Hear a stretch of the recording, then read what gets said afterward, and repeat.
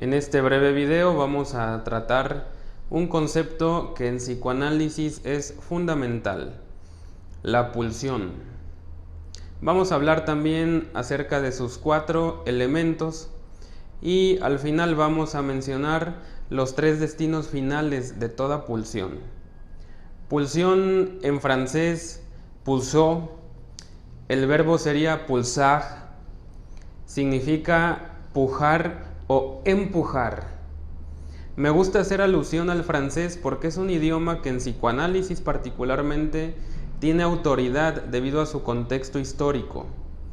Entonces, pulsar, pujar, empujar, podría ya invitarnos a pensar que pulsión es una fuerza o una energía que empuja al sujeto hacia la realización de una actividad y que esta actividad le dé placer.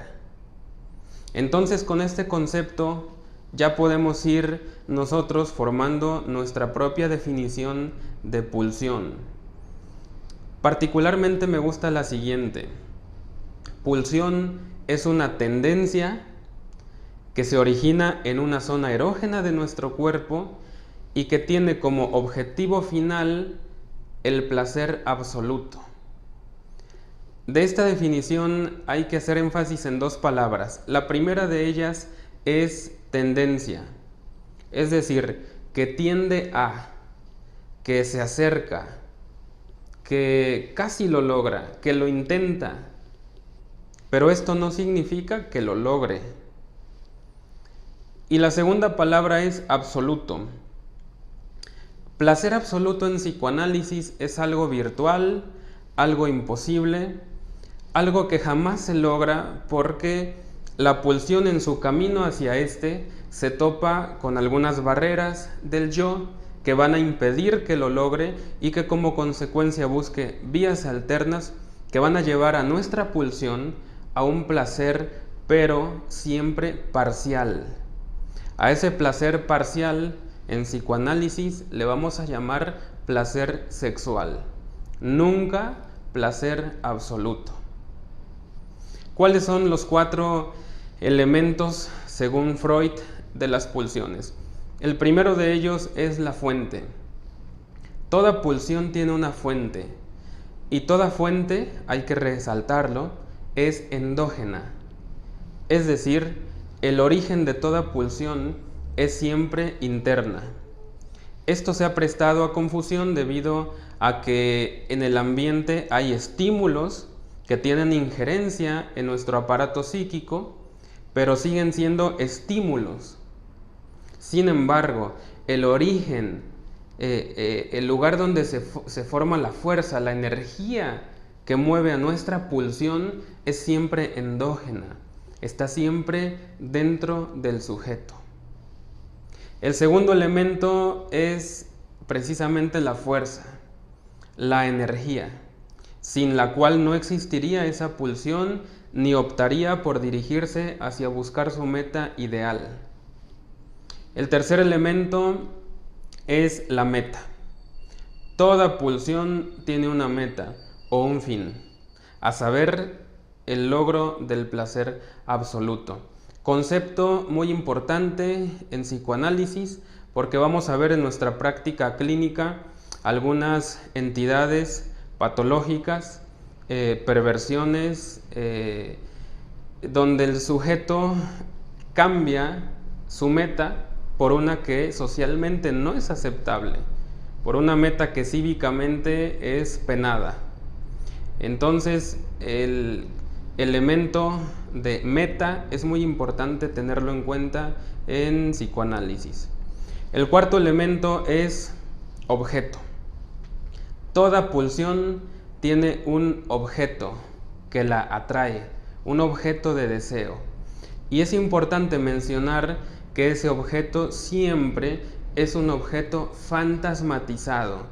Importante este concepto también porque en la práctica encontraremos entidades no zoológicas donde el sujeto cambia el objeto por uno que socialmente es condenable, no es aceptable y es hasta cívicamente penado. Entonces, 4 elementos que ameritarían nuestro análisis. Ojalá ustedes puedan comentarlo aquí, puedan analizarlo en casa y sobre todo que le demos una orientación clínica a esta información. Por último, quiero mencionar los 3 destinos finales de toda pulsión. El primero de ellos es la represión. Esta es una forma de defensa del yo que impide que el objetivo final, que es el placer absoluto, se cumpla. Y como consecuencia se logra un placer parcial solamente. ¿Qué pasaría, preguntémonos, si nuestro yo no ejerciera este destino de la pulsión, que es la represión, no le diera este destino a nuestras pulsiones? Solo imagínense qué pasaría si cada deseo de nuestro inconsciente terminara en la práctica. ¿Qué consecuencias tendría? Solo imaginémoslo. El destino número 2 de toda pulsión es la sublimación. Sublimación es un cambio de meta. Si la meta era el placer absoluto, de paso, abro un paréntesis, placer absoluto en psicoanálisis se refiere a una relación incestuosa, no con la connotación que la población secular le daría, sino con una connotación psicoanalítica muy especial que ameritaría pues un análisis más profundo. Ojalá lo hagamos allá en casa. Entonces, no se puede lograr ese placer absoluto. La pulsión toma un camino alterno y canaliza esa energía pulsional hacia la realización de una actividad que sí es posible y que es hasta socialmente aplaudida y honorable. Por ejemplo, el deporte, la escritura, el arte, etc. Y el tercer destino de toda pulsión es el fantasma.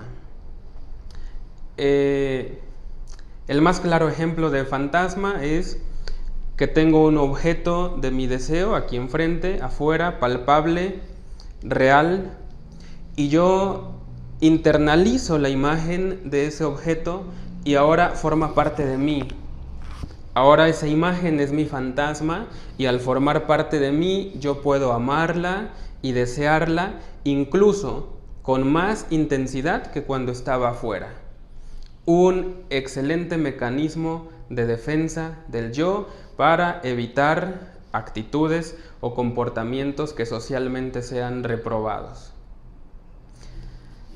¿Las pulsiones son malas o buenas? Me hacían un comentario hace un momento.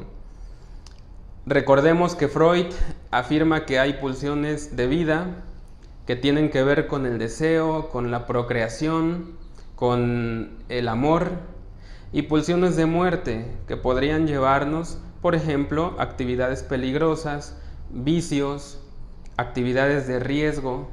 Por último, quiero recordarles que de nada sirve la literatura, de nada sirve esta información, de nada sirve el esfuerzo de los que estudiaron esto, si nosotros como profesionales de la salud no le damos a esto una aplicación clínica. Apliquémoslo con nuestros pacientes y busquemos siempre lo que debiera ser la meta de todo terapeuta, el mejoramiento de nuestros pacientes. Nos vemos a la próxima. Saludos.